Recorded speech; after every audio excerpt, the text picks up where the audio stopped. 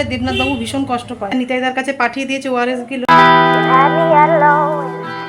Good morning friend, তোমরা সবাই কেমন আছো? আশা করি খুব ভালো আছো, সুস্থ আছো। আমরাও ভালো আছি। দেবনাথ ফ্যামিলিতে তোমাদের আরেকবার স্বাগত। আজকে হচ্ছে রবিবার আর বাজে হচ্ছে এখন পুরো 8টা। তা সকাল সকাল উঠে সংসারের যা বাসি কাজকর্ম থাকে প্রত্যেক দিনের মতন, সেগুলো সব সেরে স্নান করে ঠাকুর দিয়ে চলে এসেছি ছাদে জামা কাপড় মেলতে। তা জামা কাপড় মেলেছি উপাসে। তা ভাবলাম দেখে আসি গাছে দুটো ফুল আছে নাকি, কেন আজকে বাজার থেকে ফুল আনা হয়নি। তা 2-4টে ফুল হলেই ঠাকুর পুজো হয়ে যায়।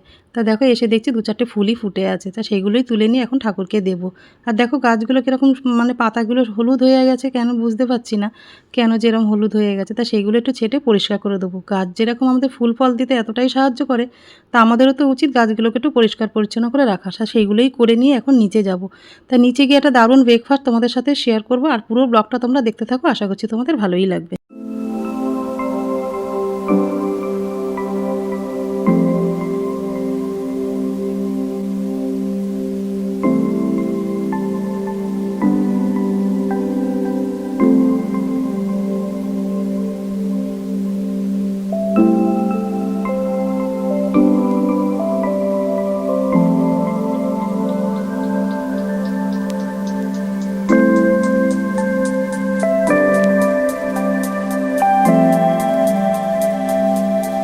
ছাদে কিছু দেখলাম, কি জামা কাপড় মেলতে গেছিলাম, সেখানে গিয়ে দেখি কিছু ফুল ফুটে আছে। তার জন্য ভাবলাম এসে ঠাকুরকে দিয়ে দিই। ঠাকুর সকালেই আমার দেওয়া হয়ে গেছে।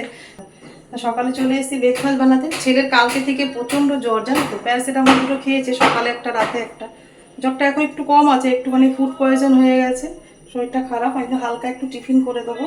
তা রুটি পরোটা খেতে যদি ভালো না লাগে, তাহলে এই ব্রেকফাস্টটা একবার বানিয়ে দেখতে পারো, ভীষণ ভালো লাগবে। তো চলো তোমাদের সাথে শেয়ার করবো আমি কীভাবে। আলু সেদ্ধ করে নিয়েছি, আর দেখো নিয়েছি একটুখানি ধনে পাতা আর একটু গাজর, ব্যাস এই লাগবে, আর 1 কাপ সুজি লাগবে। তা চলো আমি কীভাবে রেডি করি সেটাই তোমাদের দেখাবো।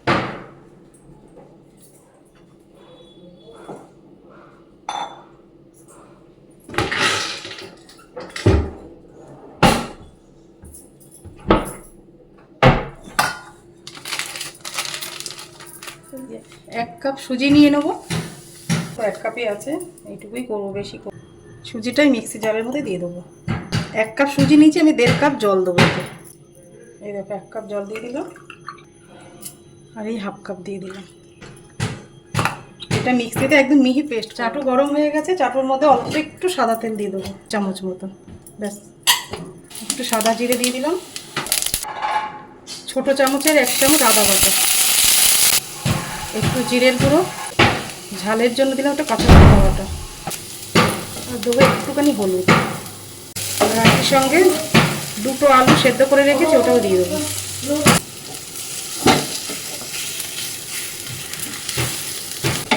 পুরটা রেডি করে নিই, চলো তারপরে দেখাচ্ছি কীভাবে আমি বানাই।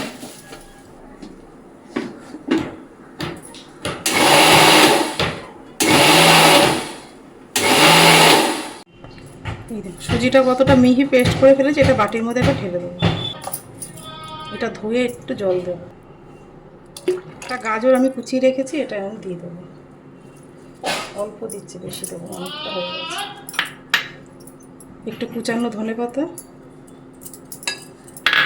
আর দেবো একটু স্বাদ মতো নুন, ব্যাস। আর কিছু দেবো না এর মধ্যে।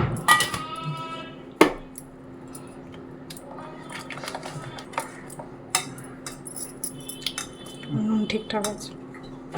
এদিকে চাটুটা বসিয়ে দিয়েছি, অল্প একটু সাদা তেল ব্রাশ করার মতন দেবো, ব্যাস।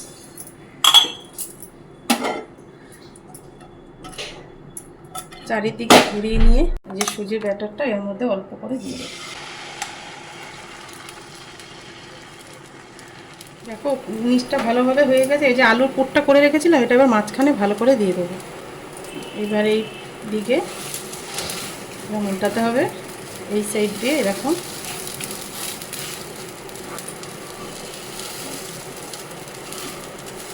এই পাশ দিয়ে দেখো কত সুন্দর হলো, আর হেলদিও খাবারটা খুব। এবার এটা চিড়ে উল্টে দেবো, ব্যাস। এইভাবে 2-4টে করে নিই, আরেকটা তোমাদেরকে দেখাচ্ছি। একটা হয়ে গেছে, এবার এটা নামিয়ে নেবো। এটা রাতের ডিনার হিসাবেও খাওয়া যেতে পারে, ভালো একটা খাবার। একটা ভাজা তোমাদেরকে দেখিয়ে দিই। আচ্ছা, একই রকমভাবে অল্প একটু তেল দেবো, বেশি তেলের দরকার নেই।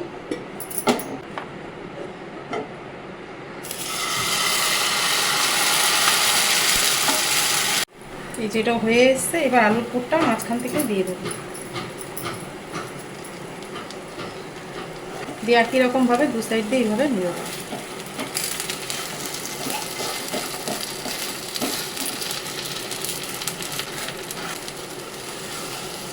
এই পিঠটা ভাজা হয়ে গেল, ওই পিঠটা আবার উল্টে দেবো।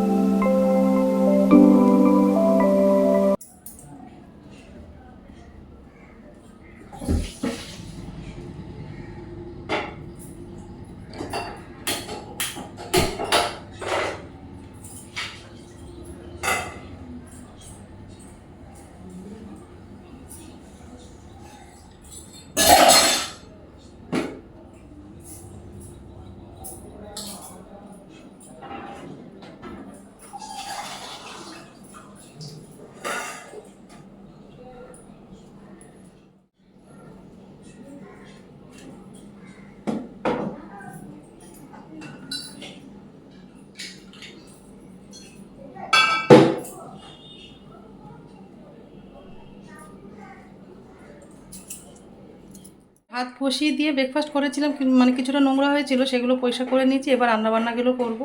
রান্না করতে একদম মন বসছে না, যেন ছেলেটা হঠাৎ এতটা শরীর খারাপ হবে বুঝতেই পারিনি।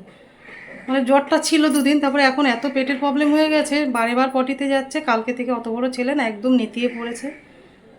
ভীষণ মনটা খারাপ হয়েছে, রান্নাবান্না করতে একদম ইচ্ছে করছে না। অনেক কিছু রান্না করবো ভাবছিলাম, তোমাদের সাথে শেয়ার করব, কিন্তু আজকে কিছুই হলো না। একটু মাছের ঝোল আর ভাত যা হোক একটু করে নেবো, আর ছেলের জন্য একটু জ্যান্ত মাছের ঝোল দিয়ে একটু ওকে ভাত করে দেবো। জানি না কালকে নাতির জন্মদিনে, মানে পুচু সোনার জন্মদিনে যেতে পারবো কি না একদম ঠিক নেই এখন। ছেলের এতটা শরীর খারাপ হয়েছে, মানে ওকে নিয়ে তো যেতেই পারবো না ট্রেনে বাসে। মানে মানে জানি না কী হবে, ভালো লাগছে না, মনটা ভীষণ খারাপ লাগছে। দেখি চলো, রান্নাবান্না মানে একটু মাছ বার করে রেখেছি, মাছের ঝোল করব, ভাতটা হয়ে যাক, তারপরে তোমাদের সাথে আবার পরে।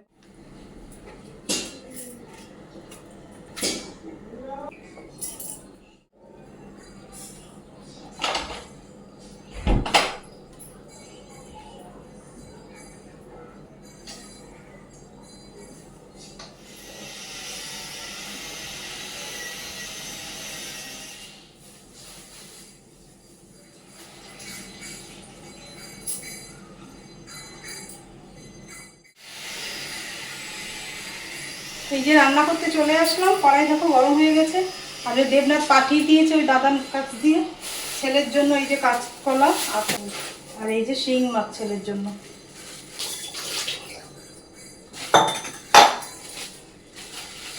দেখো দেবনাথ পাঠিয়ে দিয়েছে শিং মাছ ছেলের জন্য, 2 পিস মাছ কেটে 4 টুকরো করে দিয়েছে। আর এদিকে দিয়েছে কাঁচকলা, আর এই দিয়েছে ওয়ারেস ছেলের। আর আমাদের জন্য রয়েছে 3খানা বোয়াল মাছ, একটু আলু ধনে পাতা বড়ি দিয়ে ঝোল করব, আর শিং মাছের ঝোল ছেলের জন্য করব। দেখো শিং মাছটা একটু উষ্ণ গরম জল দিয়েছি, মাছটা কীরকম পরিষ্কার হয়ে গেছে। শিং মাছ না খুব মানে ল্যাল টাইপের থাকে, একটু মানে গরম জল দিলে মাছটা বেশ ভালো পরিষ্কার হয়ে যায়। তো দেখো শিং মাছটা ধুয়ে নিয়েছি, এবার শিং মাছটা আমি রান্না করব কিভাবে সেটাই তোমাদেরকে দেখাবো। এক সম্বারে বসিয়ে দেবো। 1 চামচ আদা বাটা, সামান্য একটু কাঁচা লঙ্কা বাটা দেবো, অল্প একটু। আর দেবো একটু হলুদ গুঁড়ো, জিরের গুঁড়োটা ছিল সেটা দিয়ে দেবো অল্প একটু। দিয়ে হচ্ছে শিং মাছের মশলা, আর বেশি কিছু মশলা আমি অ্যাড করবো না এর মধ্যে। কাঁচকলা কেটে রেখেছি 2খানা, সেটা ভালো করে জলে ভিজিয়ে রেখেছিলাম। হলুদ জলে ভেজালে ভালো হতো, এখন আর বেশি সময় নেই, ওই জন্য আমি এর মধ্যে দিয়ে দিলাম। আর দিয়েছি হাফ আলু কেটেছি, সেটা দিয়ে দিলাম, দিয়ে ভালো করে একসাথে মেখে নেবো। দেখো শিং মাছটা আমার মাখা হয়ে গেছে। কড়াই গরম হয়ে গেছে, কড়াইতে দেবো অল্প একটু সর্ষের তেল, তারপরে দেবো গোটা জিরে। এই দেখো অল্প জিরেটা একটু হালকা ভাজা করে নেবো। এই যে মেখে রাখা যে শিং মাছটা সেটা দিয়ে দেবো। এর মধ্যে আমি নুন দিতে ভুলে গেছি, এর মধ্যে একটু স্বাদ মতন লবণ দিয়ে দেবো, দিয়ে ভালো করে কষিয়ে নেবো তেলের মধ্যে। মাছটা কষে গেছে, এবার তুই মশলা ধোয়া বাটির জলটা ওটা দিয়ে দেবো, আর একটু জল দিয়ে দেবো, ঝোলটা একটু ঢেকে দেবো। এবার দেখো শিং মাছের ঝোল তো হয়ে গেছে। এবার বোয়াল মাছটা রান্না করব, তার জন্য কড়াইতে তেল দিয়ে দিলাম। আর বোয়াল মাছে দেবো সেই একটা মশলা রেডি করে নিয়েছি। দেখো দেখো মশলার মধ্যে রয়েছে কাঁচা লঙ্কা, একটু গুঁড়ো লঙ্কা নিয়েছি, আর একটু হলুদ গুঁড়ো, আর একটুখানি আদা, ব্যাস আর কিছু দিইনি এর মধ্যে। এটা এবার জলে ভিজিয়ে রাখবো, তাহলে মশলাটা ভালো মিহি হয়ে যাবে। তেল গরম হয়ে গেছে, মাছগুলো ছেড়ে দেবো একটা।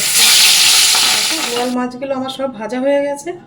এবার এই তেলের মধ্যে এই দেখো বড়িটা বর্ষার সময় যদি ভালো রাখতে চাও, তাহলে এই বড়িটা শুকনো খোলায় তেলে রেখে দেবে, দেখবে কোনো নষ্ট। আমি কবে ভেজেছি দেখো, এখনো কিছু না, এতদিন মানে ছাতকুড়োর মতন একটা পড়ে না কেমন একটা, সেটা হয়ে যেত। এইটা এবার তেলে ভেজে নেবো, এটা অনেক দিন ভালো থাকবে বর্ষায়, আর তেলটাও দেখবে কম টানবে বড়িতে। তো দেখো বড়িগুলো আমার ভাজা হয়ে গেছে, এবার তুলে নেবো।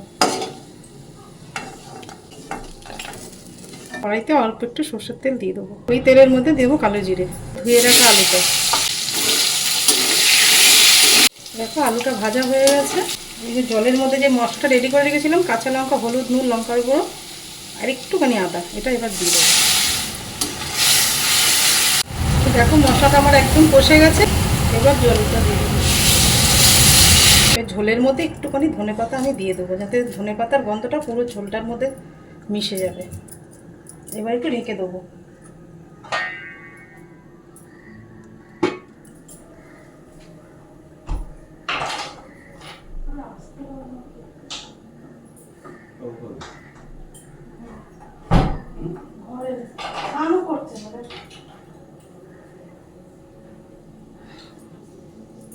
জলটা খেয়ে জলটা খা। 1 লিটার জলের মধ্যে দিতে বলেছো? 1 লিটারে একটা প্যাকেট। ওই জলটা অন্য কোনো জল খাবে না কিন্তু। দিয়েছি দেখো। ওটার থেকে এটা ভালো, ইলেকট্রনটা পড়বে রাখতে তোমার শুধু না। যেটা খালি আরেকটা পাওয়া যাবে রেডি। আরে এটাই তো জলে করে করে বলো ওই আরে ওআরএস থেকে এটা খুব ভালো। এটা মন্টির ছিল দোকানে আছে। মাছ আর বড়িগুলো একসাথে দিয়ে দেবো।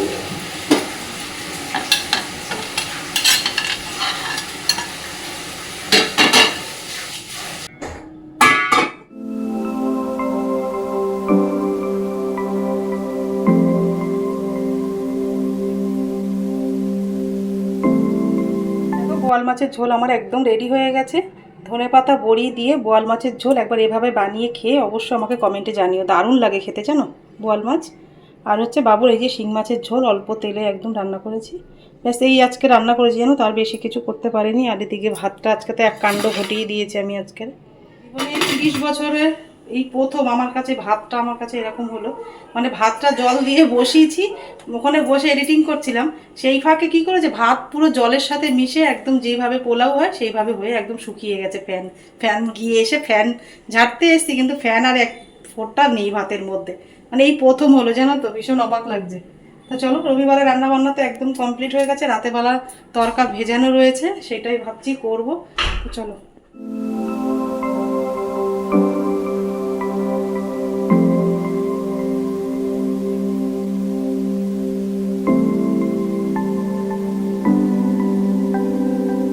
বাবু আসো, চলে গেল কেন দেবনাথ? ছাদে গেছিলাম জামা কাপড় আনতে, গিয়ে দেখি স্যামকে স্নান করাতে গেছে দেবনাথ। দুজনেই গেছিলো, ছেলে আর বাবা। ছেলেকে করাতে দেয়নি, ছেলের শরীর খারাপ হলে দেবনাথ বাবু ভীষণ কষ্ট পায়, আর তাড়াহুড়া করে তার দোকান বন্ধ করে চলে এসছে। এত তাড়াতাড়ি আসে না, রবিবার তো 2:30 3টে বাজেই আসতে আসতে। তা আজকে একটু তাড়াতাড়ি চলে এসছে, ছেলের শরীর খারাপ দেখেছে আর নিতাইদার কাছে পাঠিয়ে দিয়েছে ওআরএসগুলো। এসে তাড়াতাড়ি বাবু কোথায় গিয়ে খুঁজছে। ছেলে গেছিলো স্যামকে স্নান করাতে, ওকে দেবে না, নিজে স্নান করাচ্ছে, ওকে এখন পরিষ্কার করছে। আর আমি সেই ফাঁকে জামা কাপড়গুলো নিয়ে আসলাম, এগুলো একটু ভাঁজ করবো। এখন স্নান করবো, ছেলে স্নানে গেছে, ও বেরোলে আরেকবার স্নান করব। যা বাজে ওয়েদার, এখন বৃষ্টির সময়, এখন প্রত্যেকের শরীর খারাপ হচ্ছে, জ্বর হলে তো সারতেই চায়। তা চলো আমি একটু স্নান টান করে রেডি হয়ে, দেখছো তো আমার গায়ের অবস্থা কি। রান্নাঘরে মোটামুটি করে ফেলেছি, রান্নার পরে না সবসময় চেষ্টা করি এঁটো কাটাগুলো সাথে সাথে পরিষ্কার করে নেওয়া, তো সেগুলো সব করেছি। আবার তো বিকালে হবেই।